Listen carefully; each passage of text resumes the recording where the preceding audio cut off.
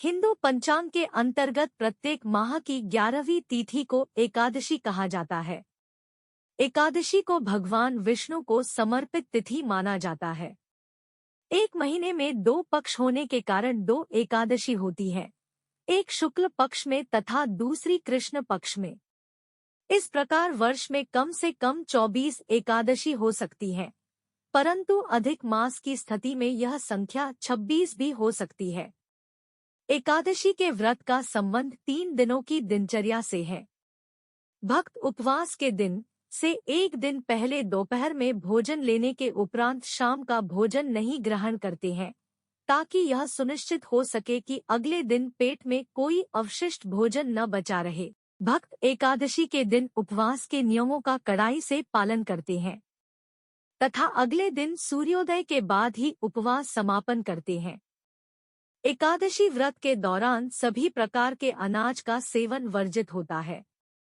जो लोग किसी कारण एकादशी व्रत नहीं रखते हैं, उन्हें एकादशी के दिन भोजन में चावल का प्रयोग नहीं करना चाहिए तथा झूठ एवं परनिंदा से बचना चाहिए। जो व्यक्ति एकादशी के दिन विष्णु सहस्रनाम का पाठ करता है, उस पर भगवान विष्णु की विशेष कृपा होती है। देवोत्थान एकादशी व्रत कथा।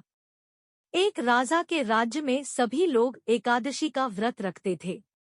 प्रजा तथा नौकर चाकरों से लेकर पशुओं तक को एकादशी के दिन अन्न नहीं दिया जाता था। एक दिन किसी दूसरे राज्य का एक व्यक्ति राजा के पास आकर बोला, महाराज, कृपा करके मुझे नौकरी पर रख लें।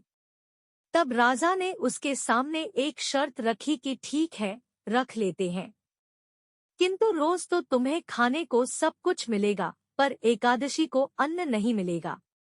उस व्यक्ति ने उस समय हाँ कर ली, पर एकादशी के दिन जब उसे फलाहार का सामान दिया गया तो वह राजा के सामने जाकर गिड़गिड़ाने लगा, महाराज, इससे मेरा पेट नहीं भरेगा, मैं भूखा ही मर जाऊंगा, मुझे अन्न दे दो। राजा ने उसे शर्त की बात याद दिलाई, पर वह अन्न छोड़ने को तैयार नहीं हुआ। तब राजा ने उसे आटा दाल चावल आदि दिए। वह नित्य की तरह नदी पर पहुंचा और स्नान कर भोजन पकाने लगा। जब भोजन बन गया तो वह भगवान को बुलाने लगा, आओ भगवान, भोजन तैयार है। उसके बुलाने पर पीतांबर धारण किए भगवान चतुर्भुज रूप में आ पहुंचे तथा प्रेम से उसके साथ भोजन करने लगे। भोजनादि करके भगवान अंतर्धान हो गए तथा वह अपने काम पर चला गया। 15 दिन बाद अगली एकादशी को वह राजा से कहने लगा कि महाराज, मुझे दुगुना सामान दीजिए। उस दिन तो मैं भूखा ही रह गया। राजा ने कारण पूछा तो उसने बताया कि हमारे साथ भगवान भी खाते हैं, इसीलिए हम दोनों के लिए ये सामान पूरा नहीं होता। यह सुनकर राजा को बड़ा आश्चर्य हुआ। वह बोला, मैं नहीं मान सकता कि भगवान तुम्हारे साथ खाते हैं। मैं तो इतना व्रत रखता हूँ, पूजा करता हूँ, पर भगवान ने मुझे कभी दर्शन नहीं दिए।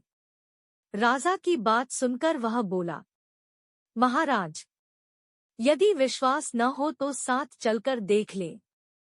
राजा एक पेड़ के पीछे छिपकर बैठ गया। उस व्यक्ति ने भोजन बनाया तथा भगवान को शाम तक पुकारता रहा, परंतु भगवान न आए। अंत में उसने कहा, हे भगवान, यदि आप नहीं आए तो मैं नदी में कूदकर प्राण त्याग दूंगा। लेकिन भगवान नहीं आए। तब वह प्राण त्यागने के उद्देश्य से नदी की तरफ बढ़ा। प्राण त्यागने का उसका दृढ़ इरादा जान शीघ्र ही भगवान ने प्रकट होकर उसे रोक लिया और साथ बैठकर भोजन करने लगे। खा पी कर वे उसे अपने विमान में बिठाकर अपने धाम ले गए।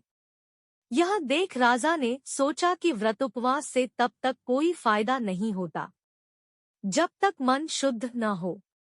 इससे राजा को ज्ञान मिला। वह भी मन से व्रतोपवास करने लगा और अंत में स्वर्ग को प्राप्त हुआ।